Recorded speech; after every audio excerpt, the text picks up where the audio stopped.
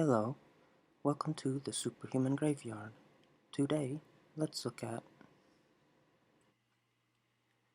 These days, JoJo's Bizarre Adventure needs no introduction. Since its 2012 animated television adaptation, Hirohiko Araki's era-spanning and globe-traveling manga series has garnered many fans worldwide.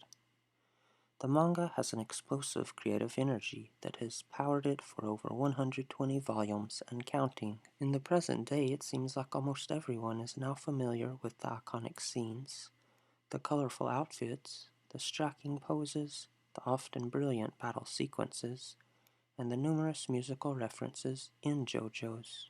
And though in Japan the series has always had a strong influence on other manga and other entertainment media forms, like video games, etc., since near its inception, for many years in the United States at least, it was not so well known. In this video, I will briefly showcase some of the English language released JoJo's items from before the series' popularity blew up in the US. Though the JoJo's manga had been running since 1987 in Japan, it took quite a while for it to catch on in the United States.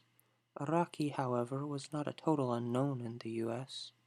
Viz released his Bao manga in late 1989 into early 1990 in the US comic size format, and later reprinted it into 2 trade paperback volumes in 1995. Here are my copies of these volumes.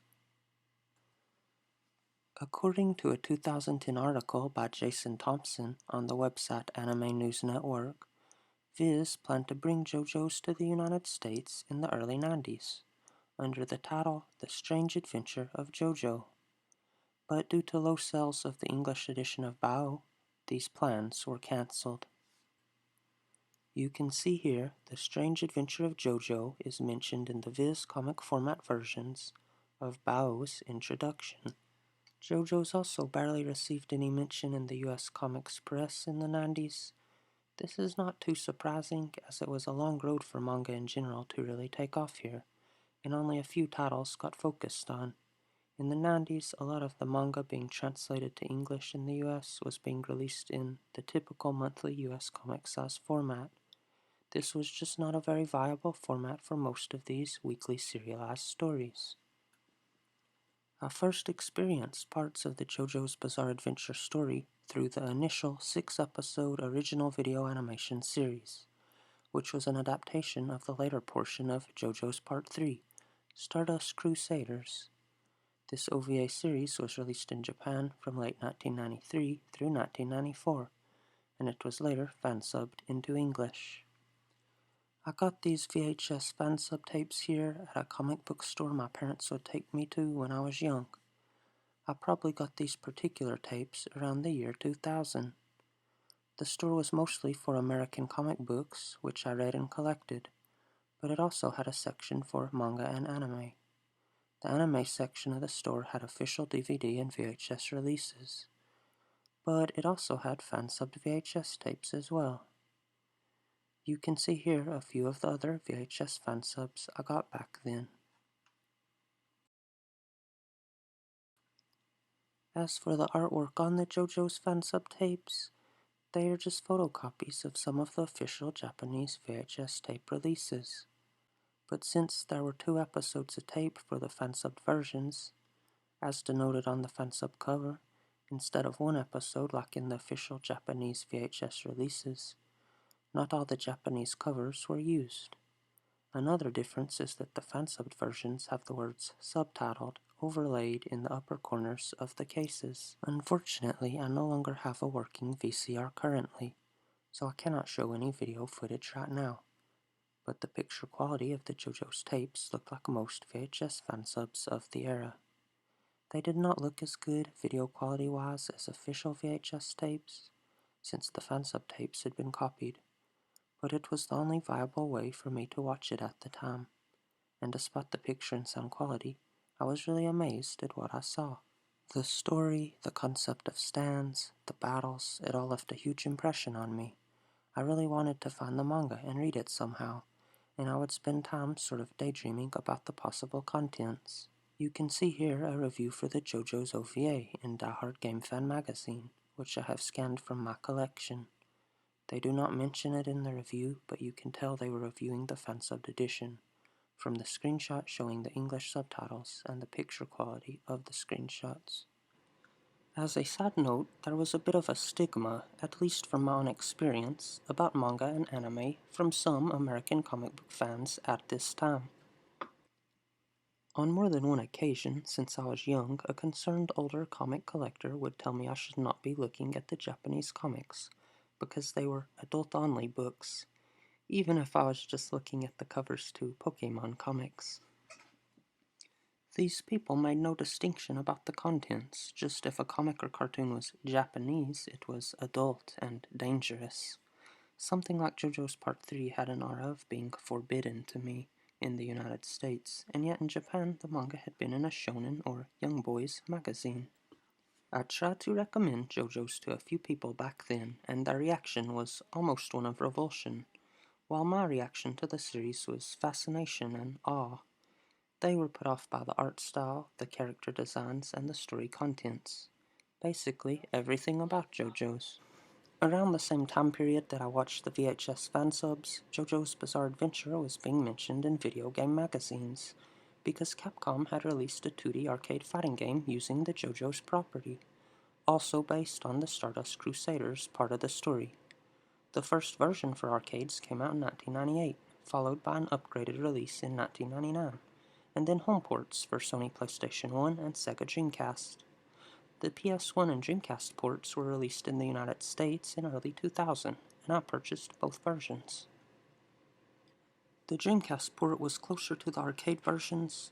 The PlayStation version was far from arcade perfect, so to make up for it, a special mode called Super Story Mode was added, which featured extra mini-games. The Capcom fighting game was the first official release of JoJo's Bizarre Adventure in the United States.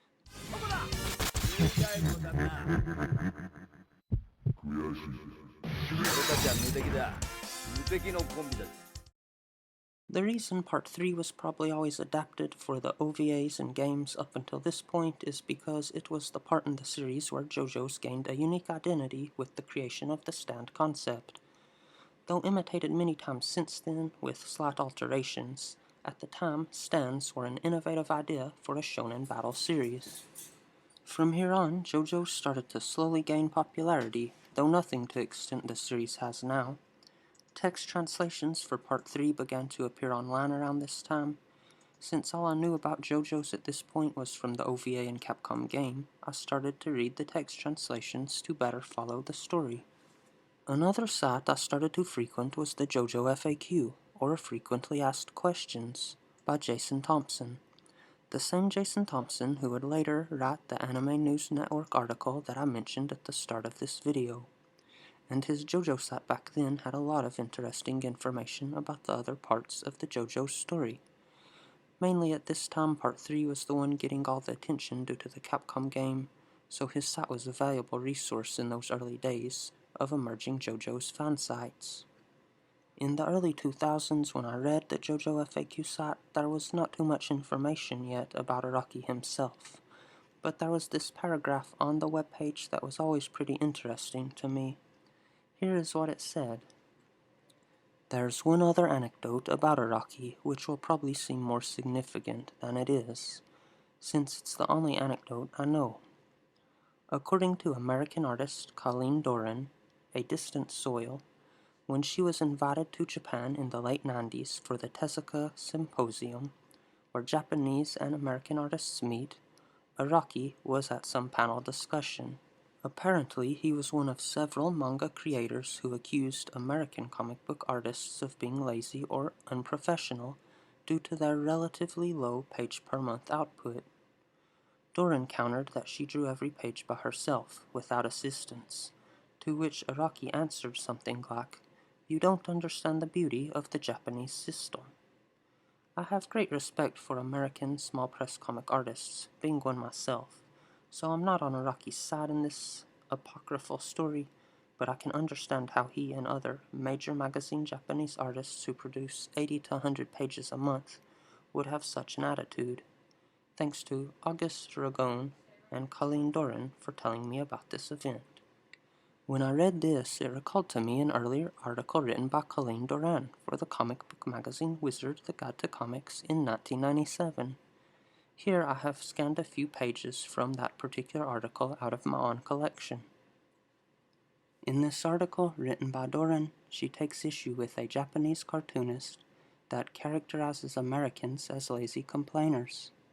She goes on to say many Japanese comics look like they were drawn while in the grip of an epileptic seizure.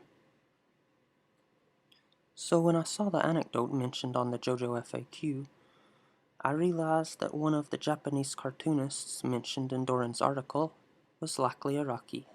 So Araki did sort of get mentioned in the US comics press of the era, only not by name. I tried to find other sources to confirm Araki's presence at the 3rd annual Japanese-US Manga Symposium, but Doran's account of his attendance is the only one I could find. However, the rest of what she mentions about the conference is corroborated by a Comic Box magazine website article, as well as by various old Usenet posts. At the symposium, the North American artists were supposedly irritated because some in the Japanese manga industry were comparing Japan's much larger comic reading audience and sales figures to America's dwindling comic sales numbers, as well as mentioning the faster production of pages in Japan compared to the slower US production. Canadian comic creator Jeff Smith, famous for his Bone comic series, made some put-down humor jokes about comic book editors that did not go over well with the Japanese audience, being sort of lost in translation, and he also joked that he came to the symposium to show the Japanese what good artists looked like. Later on at the symposium, Takao Yaguchi, the creator of the fishing manga Surikichi Sanpei, was paraphrased by Comic Box magazine in the following manner. He found it unbelievable that a country that could produce such directors as Spielberg and Lucas, creating movies popular around the world, was totally unable to produce a comic that was universally popular.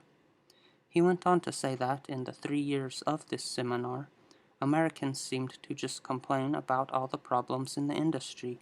He wanted to see more of the old frontier spirit in evidence. So, during the confrontation between the North American and Japanese comic creators, it seems like Araki probably spoke up in defense of the Japanese comics system. I think this event relates back to my own experience with the concerned American comics fans who would try to dissuade me from the Japanese comics and cartoons at the comic book store when I was little. There was a bit of a culture clash happening during this time with the way Japan did comics and the way America did comics, and they were starting to meet more frequently, with more manga showing up at the comic store, the addition of the VHS fansubs, and official anime releases, etc. From 2000 to 2002, some of the earlier stories of the Stardust Crusaders manga were adapted into OVA format, and I got the VHS fansubs for those as well. By this point, fans had started to translate the manga online as interest in JoJo's grew. Both of the OVA series would finally get an official English release by Super Techno Arts in the early to mid-2000s in DVD format. Here is the box set I own of this release. The DVDs came with some JoJo's tarot cards as well. In 2005, JoJo's Bizarre Adventure finally received an official English translated release by Viz as part of their Shonen Jump Advanced line, though again it was only of Part 3. Even though it was just Part 3 and not the entire series as I had hoped, it was a really exciting time for me to be able to purchase these official manga releases. I still like the covers to these volumes very much. They are really dynamic and colorful and a great representation of the exciting stories contained within. I could talk more about JoJo's, but since it has had such a surge in popularity since 2012, most aspects of the series have probably been discussed by others ad nauseum. So I doubt I have much to add that has not already been mentioned, but I hope something in this video about the pre-2012 era was informative or interesting in some way. I hope you have enjoyed this video. Thank you for watching.